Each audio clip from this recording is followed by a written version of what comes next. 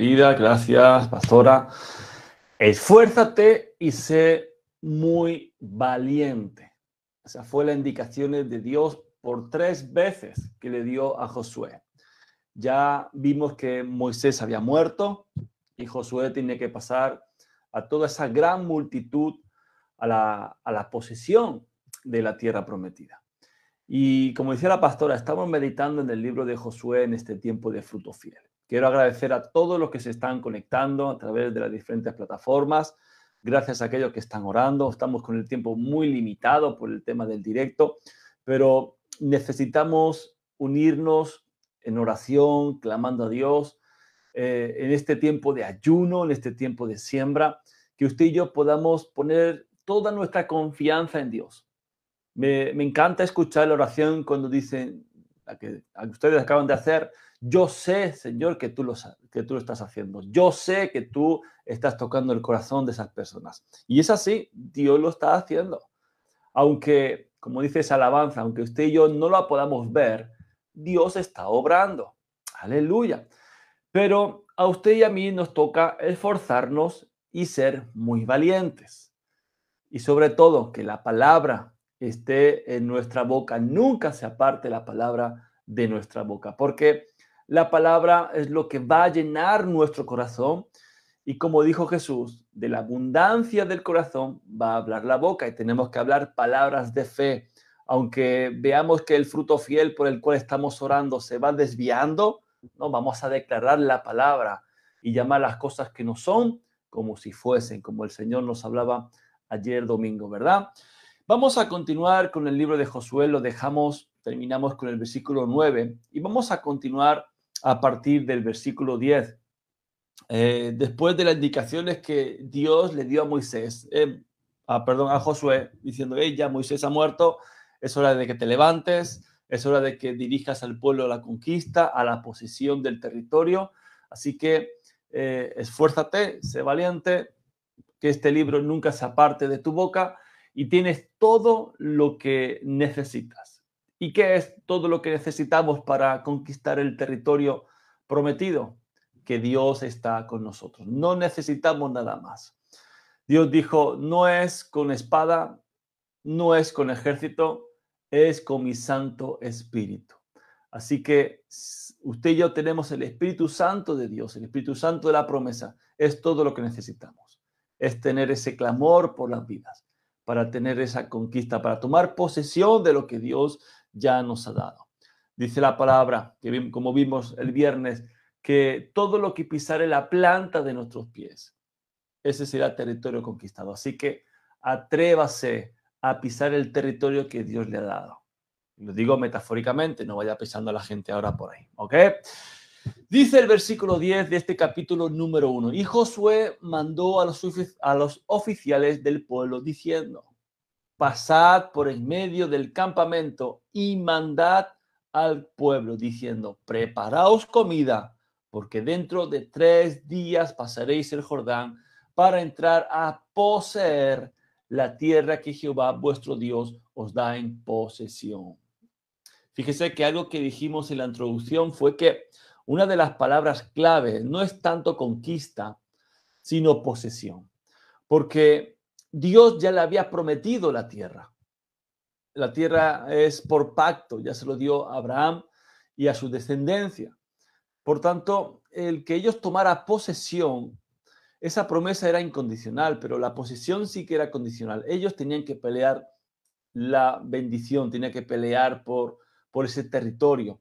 Y la indicación que le está dando Moisés ahora al pueblo es que dentro de 3 días ellos tenían que entrar a poseer. Entonces, rápidamente Josué comenzó a preparar ese cruce del Jordán, que era el río que les separaba hacia la tierra de la promesa. Entonces, fíjese que el ejército hebreo era un ejército que estaba bien organizado y era un ejército disciplinado, no era esa cantidad de gente. Recuerden que eran 2,5 millones de hebreos que salieron de Egipto y que murieron en el desierto, ¿no? Entonces, ya vimos en Éxodo 17 que Josué fue el que dirigió la batalla contra Amalek. ¿Se acuerdan? esa batalla donde Moisés estaba en lo alto de un monte y conforme si él levantaba sus manos, el pueblo ganaba, si él bajaba las manos por el cansancio, el pueblo caía derrotado. Pero ahí estaba Aarón y Hur que levantaban los brazos de, de Moisés y por tanto tuvieron una victoria sobrenatural. Fíjese que el ejército de Israel, como digo, era una fuerza ya bien organizada, una fuerza de combate mucho más eficaz que esa cantidad de gente, como digo, esa gente con mentalidad de esclavo, con mentalidad de la cual durante 40 años estuvieron dando vueltas eh, o habían salido de Egipto, ¿no? Ahora era un ejército bien formado y, y se había levantado esa generación de israelitas, una nueva generación. Recuerden que aquellos que salieron de Egipto no entraron a la tierra prometida, solamente Josué y Caleb, ni siquiera Moisés llegó a entrar a la tierra prometida. Pero esa generación que nació en el desierto, esa generación era una generación que ya estaba instruida en las leyes de Dios. Era una generación que ya estaba acostumbrados a la dureza de una vida en el desierto. Y eran hombres que ya estaban experimentados en la guerra. La orden de Josué fue clara: preparaos comida. Dentro de 3 días vamos a pasar el Jordán y vamos a tomar posesión de lo que Dios, escuche, lo que Jehová vuestro Dios os da en posesión. La tierra ya fue dada, simplemente tenemos que tomarla. Y algo que me llama la atención es que la espera por Dios a menudo, muchas veces, se hace difícil. Fíjese que teniendo enfrente ese territorio que fluye leche y miel, ellos podían haber dicho, oye, ¿y por qué vamos a esperar? ¿Por qué no entramos ahora? No perdamos el tiempo y entremos a tomar posesión de lo que Dios nos ha dado. Tenemos el respaldo de Dios. Muchas veces la espera en Dios se hace dura, se hace pesada, o mejor dicho, más que pesada, nos falta paciencia y no entendemos que esos días son días de preparación de parte de Dios para nuestras vidas. Amados, tomen nota algo en su corazón. Con Dios no hay tiempo perdido. Con Dios no hay tiempo perdido. Saber esperar en Dios es conocer la voluntad de Dios. Y para conocer la voluntad de Dios, vamos a necesitar esperar en Él. Si se acuerdan, en la escuela de oración que estuvimos viendo hace unos meses atrás, leímos un versículo que es clave para poder entender los tiempos de Dios. Primeramente dijo, tus tiempos están en mis manos. Y segundo, bueno es esperar en silencio la salvación de Jehová. Es bueno esperar la voluntad de Dios en silencio y no estar quejándonos y decir, pero Señor, ¿por qué vamos a esperar? ¿Por qué no entramos y poseemos la tierra? Escuche, esperar en el Señor muchas veces va a confrontar nuestra voluntad con su voluntad, con la voluntad de Dios.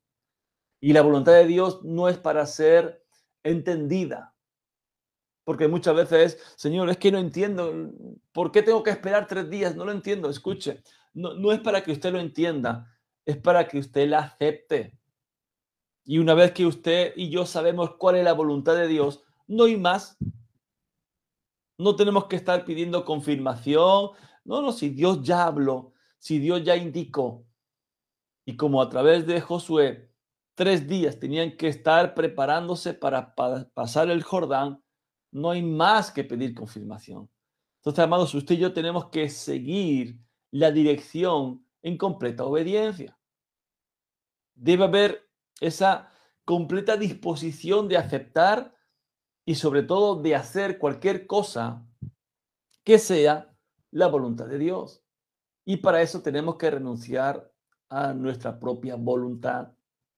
¿Se acuerda cuando Jesús en el Sermón del Monte, en Mateo capítulo 6, nos enseñaba el Padre Nuestro? Él decía algo bien claro para usted y para mí. Hágase tu voluntad,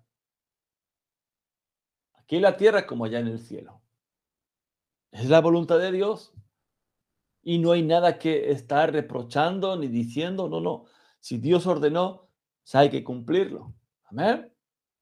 Versículo 12. También habló Josué a los rubenitas y gaditas y a la media tribu de Manasés, diciendo: acordaos de la palabra que Moisés, siervo de Jehová, os mandó, diciendo: Jehová vuestro Dios os ha dado reposo y os ha dado esta tierra.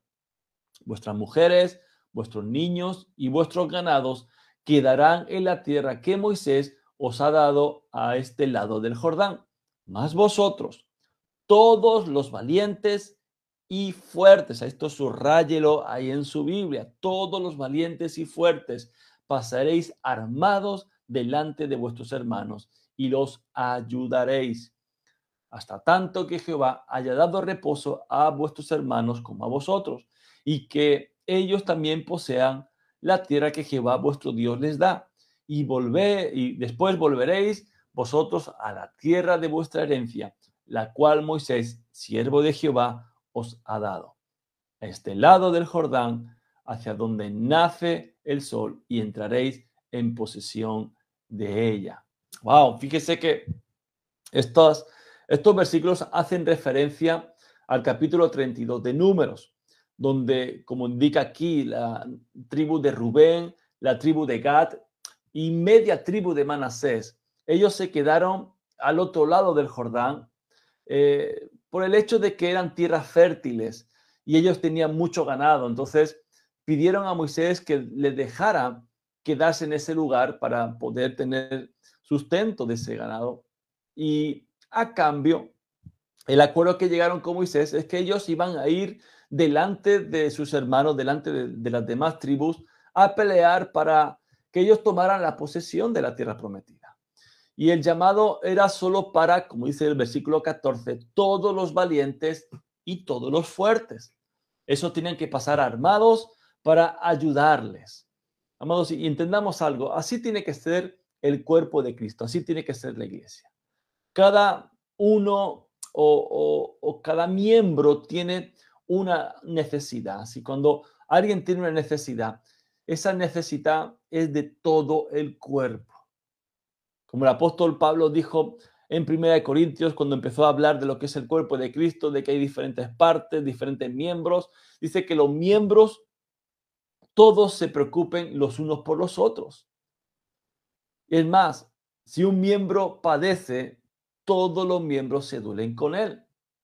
Es lo que el apóstol Pablo está dando indicaciones. Y aquí lo que vemos con que las tribus de Dan, de Gad y Manasés, perdón, Rubén, Gad y Manasés, o media tribu Manasés, lo que ellos tienen que hacer es pelear por sus hermanos.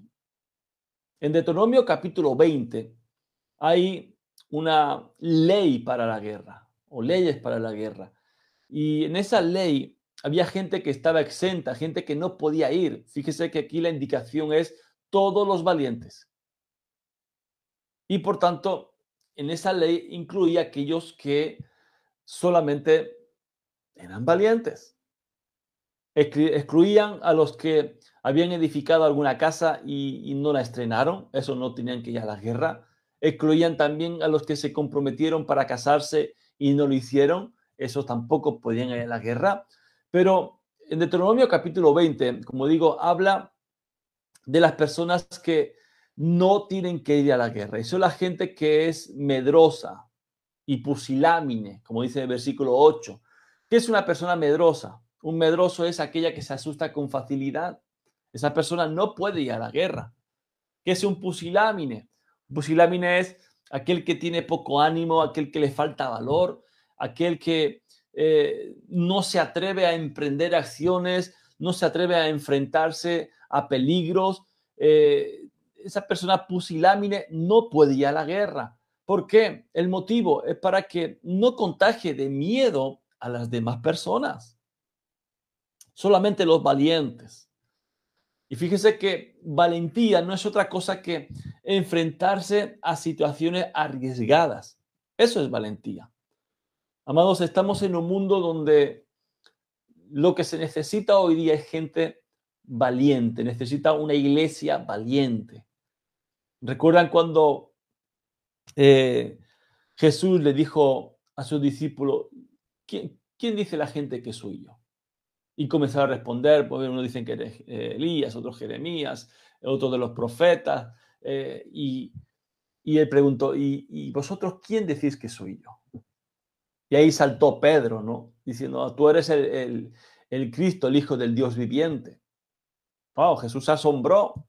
Digo, wow, Simón, esto no te lo ha revelado ni sangre ni carne, sino mi Padre que está en los cielos. Esto es revelación de Dios. Y le dio una promesa. Aparte de edificar la iglesia sobre esa declaración de que Jesús era el Hijo de Dios, le dijo, las puertas del Hades no van a prevalecer sobre ella, sobre la iglesia. Escuche, la palabra prevalecer no es una postura de soportar el empuje del enemigo, sino al contrario, es una postura de ataque. Cuando dice las puertas del Hades, las puertas del infierno no van a prevalecer contra de la iglesia, significa de que la iglesia es la que ataca, no es la que se queda sentada de brazos cruzados y que le estén dando todos los golpes que quieran. No, al contrario, la iglesia tiene que atacar. Por eso digo que la iglesia necesita gente valiente, gente que se atreve a estar orando 90 días por el fruto fiel, gente que se atreve a ayunar, a sembrar 90 días para que esas vidas puedan llegar al conocimiento de la verdad y sean salvos.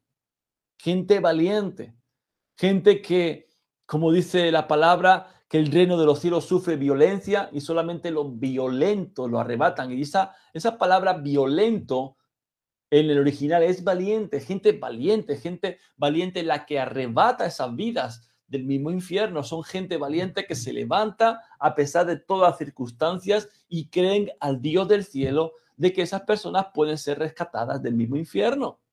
Aleluya. Amado, y ser valiente no significa que no haya temor, sino ser valiente significa que tienen la capacidad de continuar luchando, peleando, a pesar de sentir miedo. Demostrar o mejor dicho, para demostrar la valentía, hay que enfrentar los temores. Yo ayer contaba en la iglesia un testimonio de lo que me pasó a mí con el fruto fiel. Ya tenía miedo de orar por la gente, porque gente que oraba, matrimonio que se divorciaba o se separaba.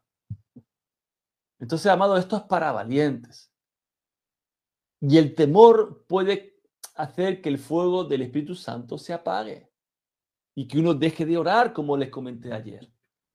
Por eso el apóstol Pablo le aconseja a su discípulo, a su hijo espiritual Timoteo, aviva el fuego del don de Dios que está en ti.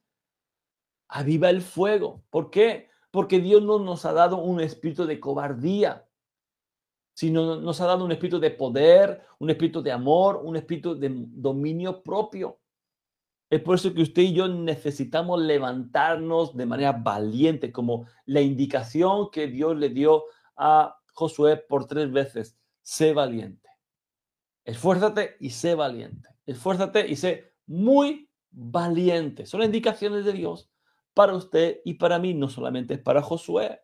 Y esas promesas y esas indicaciones de Dios tienen que estar marcadas en nuestra Biblia y en nuestro corazón.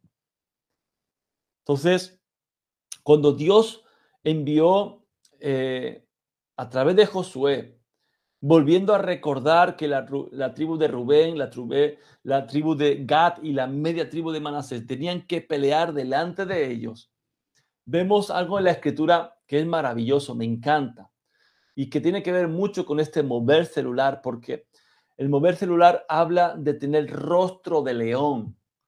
Mire, nosotros podemos entrar en oración como gatitos, pero salimos con rostro de leones.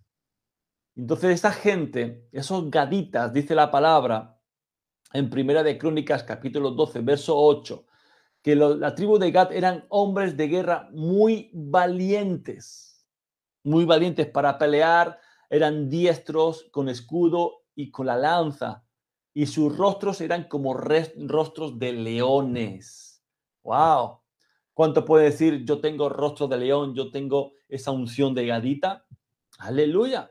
Gente valiente, gente que no se achanta ante las circunstancias, gente que sigue orando, gente que sigue guerreando a pesar de que sus ojos físicos puedan ver que, como dije anteriormente, el fruto fiel que está orando se está torciendo. Siga orando, siga creyendo, siga declarando, siga sembrando por esa vida, siga declarando de que Dios va a hacer la obra maravillosa.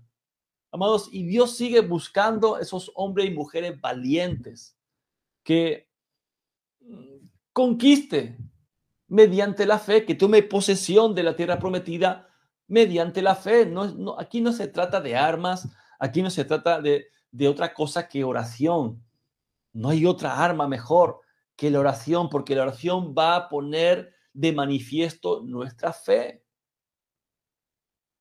Amados, el capítulo 11 de Hebreos, que es el capítulo de la fe, habla de personajes que usted y yo lo podemos tener por valientes, pero tenemos el ejemplo de Gedeón. Gedeón era un hombre que estaba escondido, era un hombre que era cobarde. Y Dios cuando se le presenta le dice, varón esforzado y valiente. ¿Cómo que valiente si estaba escondido? Amados, cuando habla de Gedeón en Hebreos capítulo 11, lo habla como un hombre de fe, con miedo, sí, pero con fe. Dice que por la fe conquistaron reinos, por la fe.